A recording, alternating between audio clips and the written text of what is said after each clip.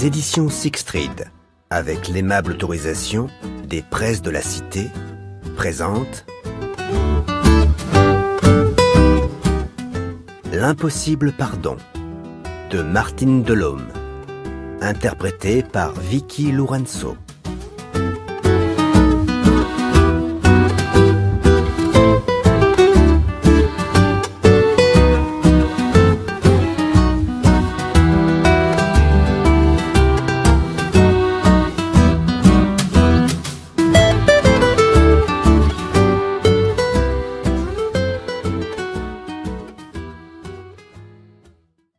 À 11h ce lundi matin, Fabien Goldberg quitta Bordeaux et prit l'autoroute du Sud en direction de Toulouse.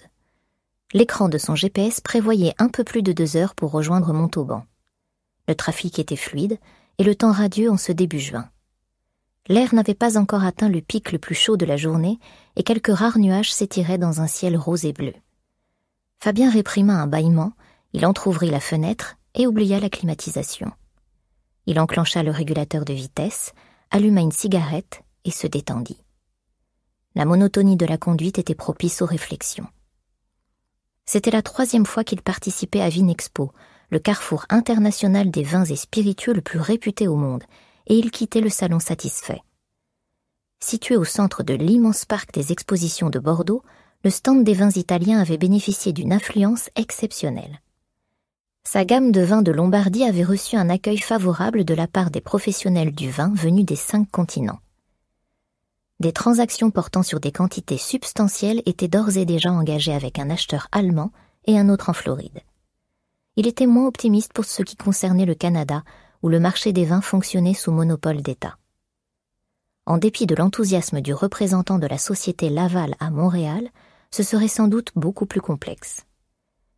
Fabien avait proposé ses vins à plusieurs dégustations et à sa grande surprise, son Franciacorta, un vin effervescent issu d'un assemblage de cépages italiens et français, avait été récompensé par une médaille d'or. La presse spécialisée, les journaux locaux s'étaient intéressés à son vignoble. Mais il avait laissé Luigi, son assistant et maître de chai, répondre aux questions des journalistes. Il n'aimait pas particulièrement occuper le devant de la scène. Soudain, l'écran de son ordinateur de bord s'éclaira. L'importateur de Munich confirmait qu'il attendait ses échantillons. Luigi a tous les éléments en sa possession, pensa Fabien. Il expédiera les bouteilles dès son arrivée à Bergame. Fabien repensait souvent à ses années d'errance depuis qu'il avait quitté le sud de la France 8 ans plus tôt pour un long périple à travers divers pays d'Europe. Parfois, il se posait quelques semaines le temps de réfléchir au choix qu'il avait fait.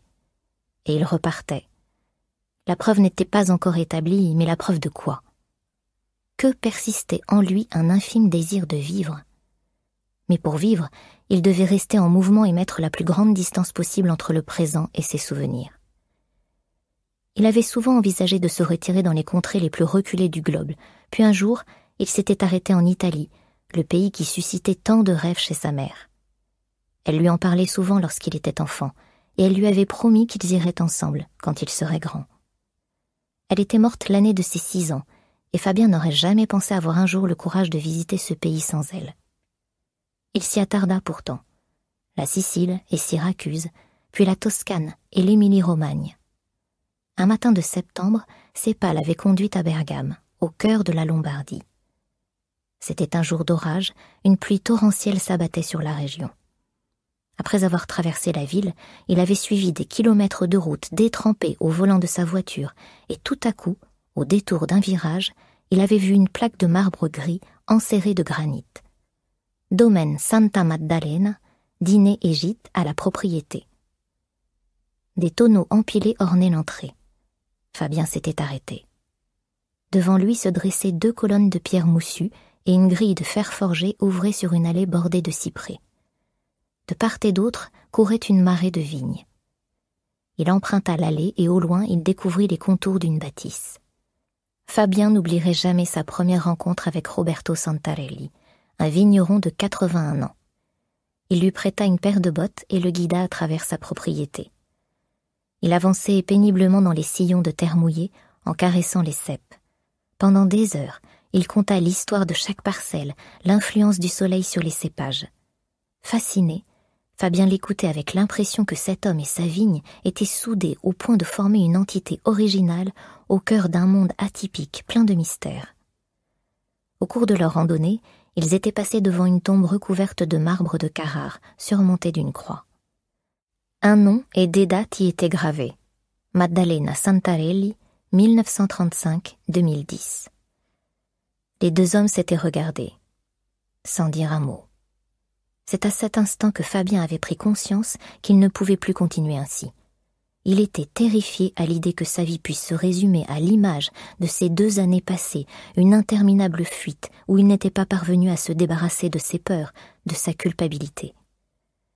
Roberto ne lui avait pas posé de questions, il lui avait offert le vivre et le couvert en disant simplement « Vous pouvez rester aussi longtemps que vous voudrez ». Fabien n'avait pas prévu de trouver un point de chute justement ici. Pourtant, il posa son sac. Il s'était perdu en route, l'Italie l'aida à se retrouver. Et c'est à travers des hectares et des hectares de vignes qu'il a pris une autre forme d'errance. Mais il n'était plus seul, Roberto était là. Au fil du temps, les deux hommes s'étaient découverts. Ils avaient le vaste monde de la vigne et du vin comme sujet de conversation et leur admiration pour Puccini en commun. Roberto parlait de mettre le passé en exergue, d'oublier la révolte, de reconstruire sa vie. Fabien n'en était pas là. Mais, tous ses sens en éveil, il avait observé, respiré, goûté la saveur intime de cette terre que Roberto lui présentait comme bénie des dieux. Ils travaillaient ensemble, ils dégustaient le vin de la vendange, ils échangeaient leurs avis. Mais c'est par leur silence qu'ils s'étaient reconnus et appréciés. Les saisons s'écoulèrent. Puis un matin, au cours de leur promenade, Roberto avait proposé à Fabien de lui racheter son vignoble. Ses articulations ne lui laissaient plus un seul instant de répit. Il lui arrivait souvent de ne plus contrôler le côté droit de son corps. « Le temps a passé », avait-il confié à Fabien. « Je n'ai plus les gestes sûrs chargés de mémoire. » Mais il refusait de plier, de s'avouer vaincu. Alors il faisait l'impossible pour résister à la douleur. Garder jusqu'au bout une silhouette droite de bon paysan. Un jour pourtant, il dut convenir qu'il ne pouvait plus continuer. Il aspirait au repos et rêvait de finir sa vie auprès de son fils unique, qui vivait en Afrique du Sud. Fabien n'avait pas réfléchi bien longtemps avant d'accepter l'offre de Roberto. Une fois les transactions réglées, le vieil homme était parti en lui laissant les clés du domaine, les stocks de vin et la charge du personnel mené par Luigi, le maître de chai. Fabien avait pris des cours d'œnologie, de marketing, et s'était lancé dans l'aventure avec l'énergie désespérée d'une âme perdue, prête à reconstruire sa vie. Pour tout le monde, il était devenu le nouveau Monsieur Santarelli. Fabien Santarelli.